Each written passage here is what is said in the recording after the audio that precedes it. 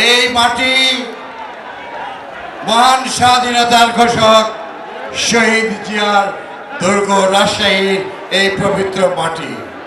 রাজশাহীর এই মাটি আমাদের মাটি মানুষের মা দেশ নেত্রী বেগম খালেদা জিয়ার সর্বোচ্চ শক্তিশালী দুর্গ। আর আগামী দিনে আমাদের দেশকে, আমাদের সারা বাংলাদেশকে যে রক্ষা করবেন, উন্নয়ন করবেন, জনগণকে যিনি তার সেই গণতান্ত্রিক অধিকার ফিরে দিবেন, দেশকে রক্ষা করবেন, সেই আমাদের প্রিয় নেতা, আমাদের প্রাণপ্রিয় নেতা বিএনপির চেয়ারম্যান জনাব তারেক রহমান।